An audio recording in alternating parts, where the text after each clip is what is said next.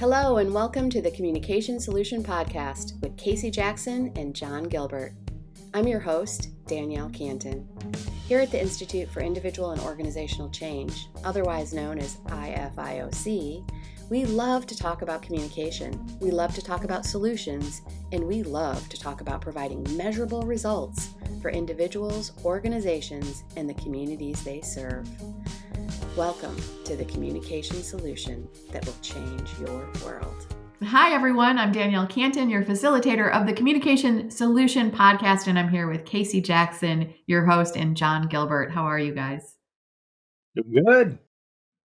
Awesome. Well, we're here to talk about basically the communication solution, but really weaving in all of the principles and theories around motivational interviewing, this incredible evidence-based practice that has me mesmerized by the results and outcomes that it's able to achieve in people's lives. What I'd love to dive into today for a topic is one that typically you're advised not to talk about, which is politics. Exactly. So, yeah, I was hoping and thinking, what if we use this podcast and this time together to talk about and unpack the complexities around politics, and how can we look at that topic through the lens of motivational interviewing? How does that sound? That is a very tight needle to thread, for sure. Sounds risky. Sounds risky, which makes me want to do it twice as much. With protection, which means that we'll put in some kind of guidelines too. I think what I'm intrigued with that, Danielle, is, we talk so much about equipoise and trying to keep bias out. So I think trying to unpack it from that perspective could be a challenge, but I think it's very interesting. I have extremely strong political beliefs, like many people do, and have lots of pretty emotional reactions to things that are happening locally and in the United States and globally. So to unpack it from an MI perspective and looking at that, I think it'll be a tightrope for us to walk, but I'm definitely willing to do that. I don't know what thoughts you have, John. Yeah, well, what I'm particularly curious about from your perspective in the involvement with the Motivational Interviewing Network of Trainers, MINT, and thinking about that is how much is there this like underlying theoretical, philosophical basis to MI, and how much is MI a sort of approach that's ever evolving with the outcomes? And I think getting oriented to what is the lens we're even looking through might be helpful for everyone, us talking and others involved, to just get oriented. And I say that too with our time that we were in at the international training this year in Copenhagen. There were people talking about integrating more philosophy into MI. And I just think we could be shooting in lots of directions if we don't kind of get oriented first to what is the lens we're looking through with this, and then maybe going from there. I don't know. When you say that, the things that I would clarify pretty quickly is that using motivational learning to talk politics is a mismatch, because you can use aspects of it to reduce resistance. You may be able to help somebody work through their ambivalence. But I think that caution, or almost the red flag in that, not even the yellow flag, is how would you do that if your own bias is involved? Like, how are you tipping their ambivalence towards what you want them to do, or because they're trying to resolve something internally? So we're not going to go down that path of like, how do you use motivation in a political conversation? That is not this conversation. That's not what we're going to talk about, because that would not be an accurate application of motivational interviewing just based on bias. I think when we step back and look at the construct of motivational interviewing, of how do we want to work through our own ambivalence, interacting with people in our lives that may believe differently than we do, or people that we run across that may behave in a way that's very antithetical to the way the things we believe or how we believe people should treat each other. I think those are the things that you can think, how can I be more effective in my interactions in the next period of time as the US is rolling towards, another presidential election. And there's a lot of political unrest globally as well too. So I think if we can tease that out, I'm pretty excited about seeing where we can go with that. Easy. So, well, there's so many areas to explore here. It's kind of like what is most salient, and that's part of getting oriented to the lens first. So I'm kind of curious for you, Casey or Danielle, what rings as most salient to start with, either from an MI perspective or what's happening locally or globally. Where's the salience here to kind of hook on? Yeah, I think the thing for me, because as I'm preparing for the whole Be the Change training series, I'm just so immersed in reading different things and looking at the research of what produces the most change. And I'm going to lean into this by saying this isn't the right way. It's not the only way. The reason why I'm even leading in with that is I think there it's hard for me. I've had this conversation in my brain this morning, ironically, that I really believe so strongly in my heart because my mother was such a strong advocate and a fierce advocate for human rights, women's rights, underserved population. That was my mother, and she was a force. And I so respected and admired that. But what struck me this morning is that doesn't always generate change in the most effective and efficient way. So how do you tell people not to advocate, how not to march for their rights and march what they believe in? Because that is one of our rights in the United States to be able to do things like that. So that's why I want to make sure that I'm not saying I'm agreeing, disagreeing, saying this is the right way to do it, or this is the right way to do it, or that's the wrong way to do it. I just want to preface with there's lots of right ways, depending on what fits with your values. This is where I think we can open the door to conversations in motivational interviewing, because it's like, how do we make the best values-based decisions? What struck me about this, John, was that just really being so immersed in the research recently that Dr. Miller and Dr. Moyers produced in their latest book, looking at the meta-analysis around the impact of empathy and acceptance and positive regard are some of the strongest indicators for people to change behavior, which is the antithesis of arguing and marching and advocating, because that pounding your fist on the table can feel very validating that I'm doing something and I'm not doing nothing. Um, it's interesting to look at the correlation between that and actual systemic change. So you can't say that that's not effective, because you look at some of the times that's happened in the U.S. history or in histories in other countries, and sometimes those revolutions brought about significant change. I think about this from change in my fellow human, not political change or hopefully environmental change, but I think that's what's difficult to do this well. So for me, when I'm looking at the data side of it, I look at the foundations of motivational interviewing and I look at what the data shows around what changes behavior or thinking. And it really comes down to, ironically, just that high accurate empathy and starting from a place of acceptance, because it doesn't generate a reactive response. It doesn't generate a resistance response. It may not generate change immediately, but there's a higher potential, there's higher change potential when there's not already an inertia being built up to stop yourself from changing, because you need to fight against somebody or justify a choice or justify a decision or justify a behavior. So I think those are the things for me that are really intriguing, that I think looking through that motivational interviewing lens, looking at what data shows us, it's interesting that some of the ways that we'd interact with each other would almost be the opposite of what we think we're supposed to do or what we feel driven or compelled to do, which tends to be more of a confrontive approach. Yeah, related to that, I could just think of all these examples, and maybe we could talk through one if we wanted to. But we're thinking about this conceptually, and the sense of thinking that if the person just knew is a bias I have.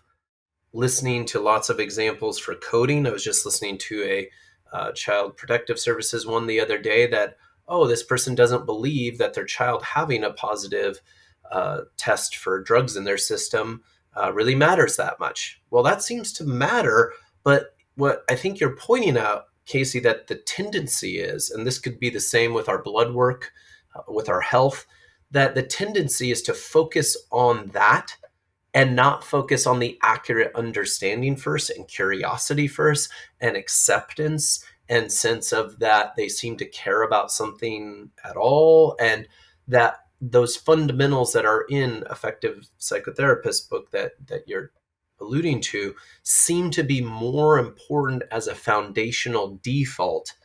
Then the eighth one of that would be some potential information related to all that.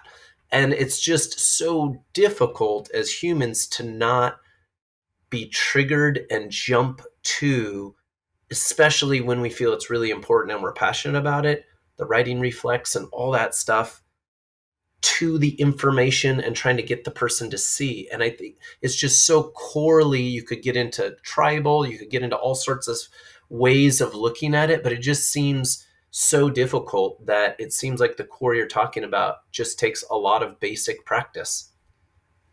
Well, that's it. And even when you talk about, the eighth, indicator, from the research, the only time you're using even that eighth indicator is if the person wants it, or it's in their, based on their value set. And usually we want to give our opinion or advice or education because we think they need it, because we think they're not where they need to be. And so I think that's why this becomes so complex. It's like, well, they don't get it. They need to understand. So I'll wait and be empathetic until I explain to them what they need to do. That is not motivational interviewing either. And it's not as effective. It doesn't mean it's ineffective. It's just not as effective. I think what's so complex about this is, even in the situation you talked about, with like a CPS referral, I think this leans into things that you have so much information around and know so well, John, around like confirmation bias. People want to continue narratives that support their own behavior, because the fundamentals of motivational learning is we don't want to be perceived that our behavior is not in line with our values. So the louder I scream and the harder that I march, or the more that I do the behaviors or say the things that I say that look like I'm completely tied to my values, the more righteous I can become about that. When you look at it from more than one value at the top of the mountain, this is where internal conflict starts to come up. This is where ambivalence can come up. So you can say it from an advocacy perspective, I know this is going to help. If it means that you're actually doing damage to other people, does that cause a different reaction in your brain about potential ambivalence inside of you? Like you're making a conscious effort to put your finger on one side of the scale, which is not bad and it's not wrong. But if it's going to create, potentially from a physics perspective, an equally an opposite reaction that could cause damage, where's the righteousness in damage is damage? And I think that these are really complex, extremely complex moral issues, personal issues, values-based issues, that we're trying to untangle. But that's where, for me, motivation, at least, I get to kind of put a stake in the ground and pop a compass on top of that. And it gives me some direction of how do I unpack these extremely complex issues. And John, you know more about this than I do, but I've been fascinated ever since I was exposed to the Dunning-Kruger effect, in terms of, in a major argument, someone is inaccurate, but neither believes that they are. Both believe they are completely accurate.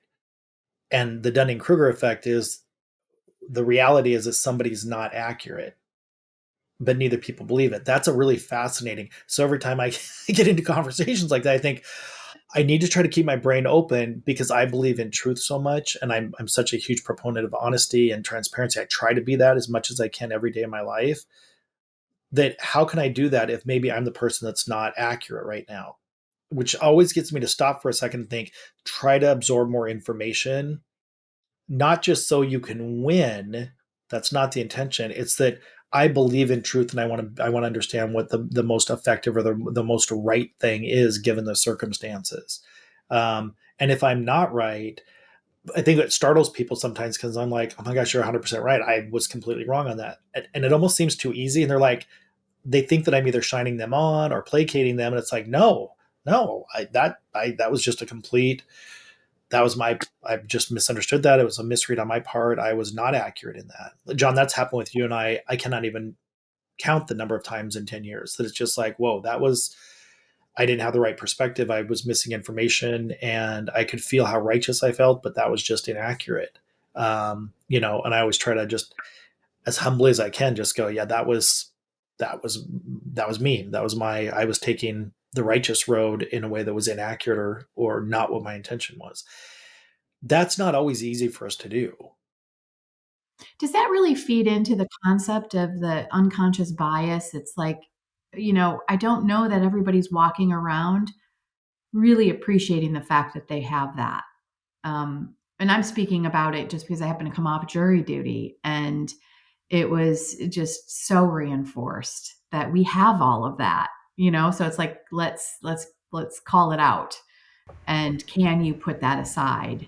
And it sounds like in these conversations, unpacking anything you might have around ambivalence or even strong feelings about something, are you willing to kind of interject that acknowledgement that there's things you don't know about yourself? I think what's so fascinating to me, and John, I'm really curious your perspective on this, is I think what's startling to me, which shouldn't be, this is all part of the Dunning-Kruger as well too, is that it startles me that some people just don't care.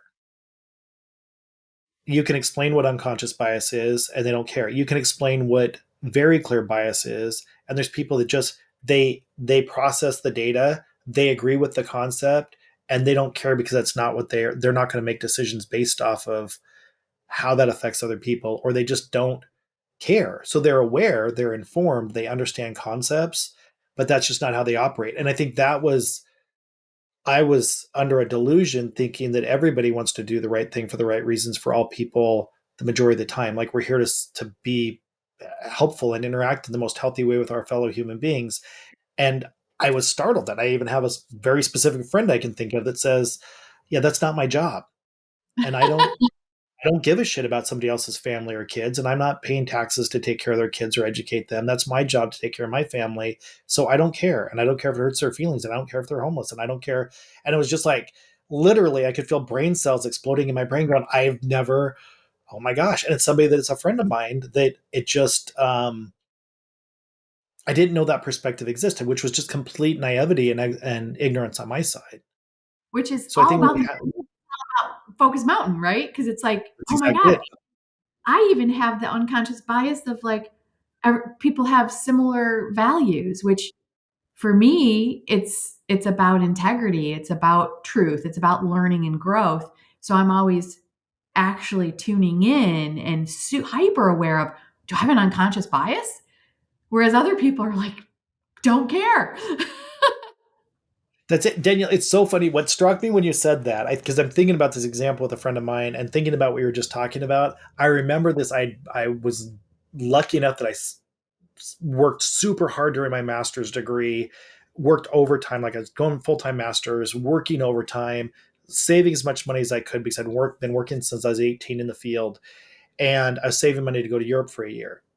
And it was about month 7 when I was in Europe, and I was just I was in a hostel. I can't remember where I was at, even what country I was in, but I remember, a guy walks into the hostel, a young guy like me walks in the hostel into the room, and he's like, you know, says some salutation in their language, and I said, "Oh, hey, how you doing?" And I could hear my accent. I never thought I had an accent because I'm from the Pacific Northwest. Well, so most people believe they don't have an accent, or there's a Southern accent, but I could actually hear like, oh my, I have an accent. I didn't think that. I thought I was the only one who speaks clearly with no accent.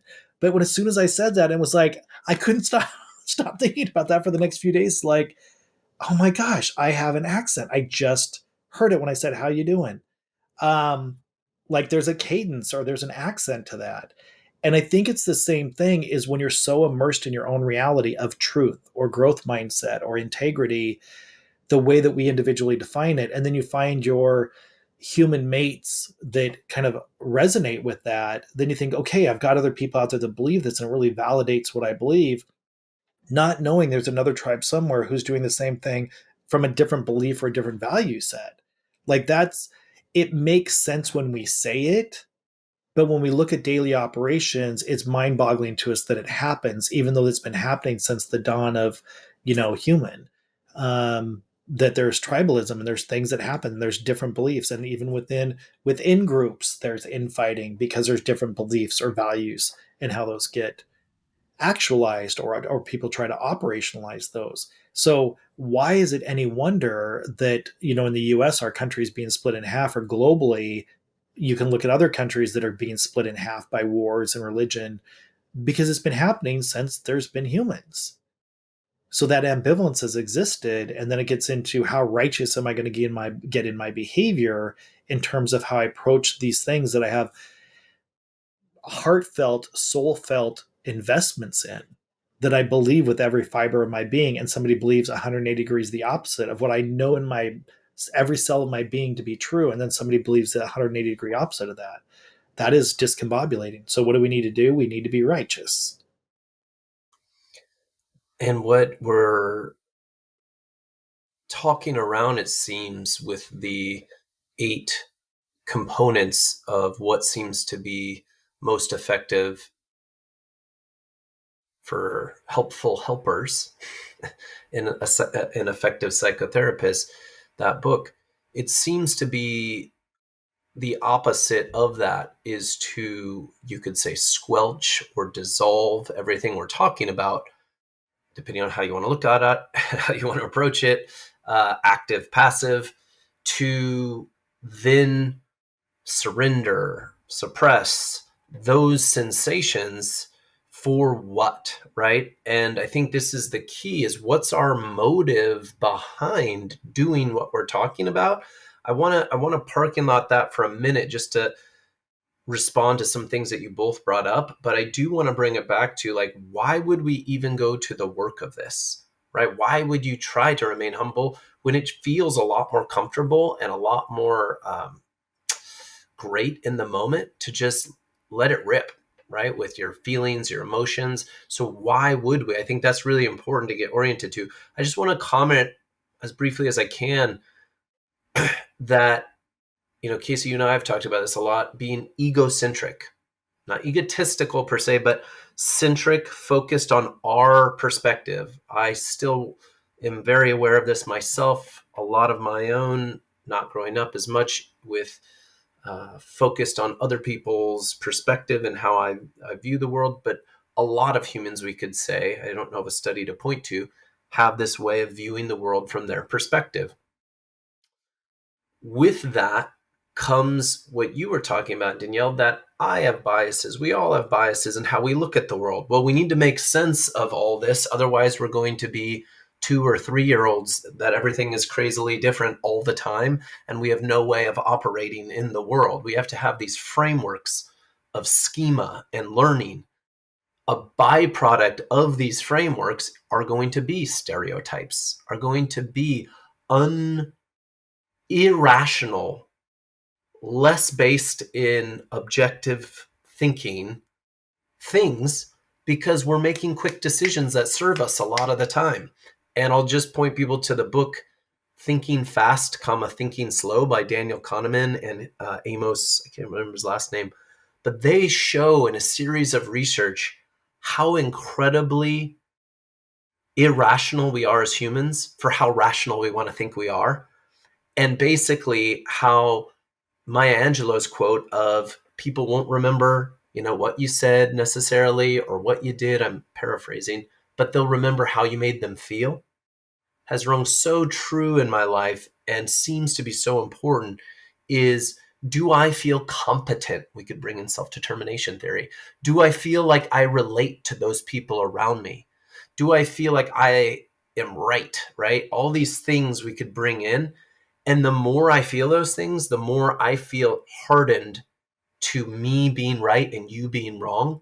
And it's uncomfortable for me to leave that. So why would I leave that? And that's what I want to kind of bring up, is we could get into the psychology of Dunning-Kruger sunk cost implicit bias, which, by the way, if anyone wants to test those, University of Pennsylvania has a great series of tests. You can go on there, and I found mine, and you can find yours, and it's all free that are validated. We can't get rid of them completely, and we have some that will stay unconscious.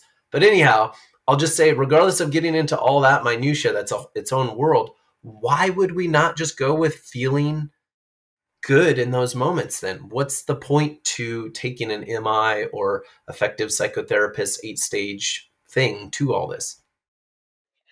Ah, there's so many things I'm thinking. So I'm going to try to keep this on track. One of the things I think one of the startling things to me is how much for being raised in psychology, academically, and really wanting to be I was obsessed with psychology and still am to an extent.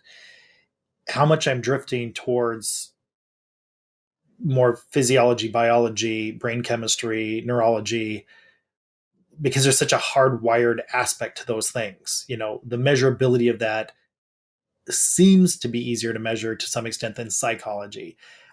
So that's just an overstatement, but that's my brain is the more data I get, the more information I lean that way. I love Lisa Barrett's, this whole new reality around trauma and the way the brain works is, flipping things on its head because it's not the triune brain concept. So when you're talking about this, John, it's so much psychology that you're talking about. And one thing that she said that just my reset button is we all came from a gut on a stick in the water. So it's like we were a gut on a stick in the water, and when things were going to consume us, we just retracted. Um, and it's like, oh my God, I don't know if there's much different than that between this 2024 election in the United States. A lot of us are just guts on a stick that just, when something's coming our way that's dangerous, and we either want to eat it or we're afraid it's going to eat us, and it's like, so there's psychology, but honestly, if we're just a gut on a stick, it's kind of somewhat of a survival mindset of I need to mark my territory of who I am and what my identity is. And then I need to assess who comes into my territory of, is it food or is it a predator? Um, that's not psychology based. that is biology, survival based. That's energy based. That's a different mindset. The irony in that is at the basis of psychology. Are we putting all these human words around ideas when the reality is that our neural network is set up in a way to try to think about how we're maximizing energy and minimizing energy. So to get a certain interesting rush when we yell and scream and go off on someone, we get a brain boost. It gives, because that adrenaline rush gives us a sense of power. And that power can come across to ourselves as a strong sense of righteousness. So to try to tease these things out to me is just so fascinating, because our brains are designed as a bank of withdrawal and deposits. And because if you withdraw too much, you will die. It's not that you'll be poor, you will die. That's our physiology, that's our biology. So you can't shrink into your shell every time something comes by, because the energy expenditure that takes, if you do that consistently, you're not taking enough calorie count to sustain that. So you have to start to discern what is true predator and what is true prey, and you have to start to pick that up. This is at the most basic cellular level of when things started to consume other things. So it's so interesting when we start from that mindset and then start to look at psychology. It's like then we put all this psychobabble around it of all these different theories that people are putting together, which aren't inaccurate. It's just another way of defining what our biological basis is. The research is extremely consistently explaining. And I'm going to just say, for somebody driving around with maybe a flag in the back of their truck, ready to shoot somebody if they don't agree with them, is that really wildly different to the person that sees the person driving around with a flag in their truck? Um, like that's is that different than a sea anemone, in the ocean, when something that comes by that could consume it? How do you assess threat? And this is again the basis of trauma and trauma response. So it's so interesting when we talk about this, because I think it's for me, it's almost more fun to talk about the political side and the psychological side and the emotional side. But then there's this other part of my brain now that's becoming more educated in terms of, but is this all just word salad that justifies some things that are just basic biological survival mechanisms? But now, since we do get food, air, and water regularly, well, for me, probably too much food, that since we have access to all of these things, then we have more time to get into the psychology and the interactions with each other, because we're not in just pure survival mode any longer. And once we're not just in pure survival mode, then we start to stake out a ground in terms of a belief system. And once we start to stake that out, then we're going to start fighting people for that belief system, because we can expend more energy. So, and for me, this really does, it is so consistent with how I feel about politics, how I feel about, things that are happening around the globe. But is it just a representation of me and the way that I'm seeing myself in the world and how I want to perceive myself to be while I'm walking on this planet at this period in time? This has been part 1 of a 2-part podcast. We hope you'll join us for the second portion. Thank you for listening to the Communication Solution Podcast with Casey Jackson and John Gilbert. As always, this podcast is about empowering you on your journey to change the world. So if you have questions, suggestions, or ideas, send them our way at casey@ifioc.com. That's CASEY@ifioc.com. For more information or to schedule a training, visit ifioc.com. Until our next Communication Solution Podcast, keep changing the world.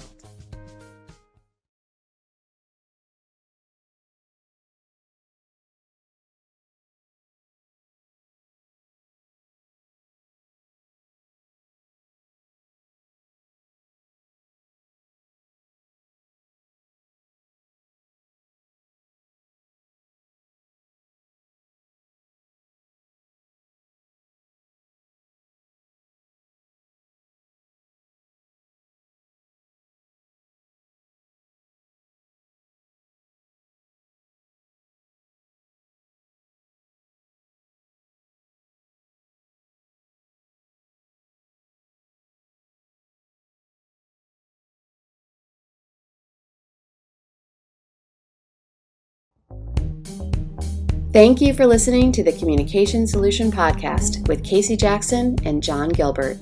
As always, this podcast is about empowering you on your journey to change the world.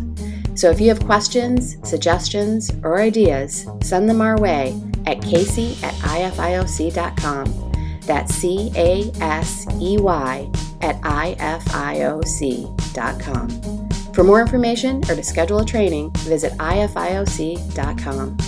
Until our next Communication Solution Podcast, keep changing the world.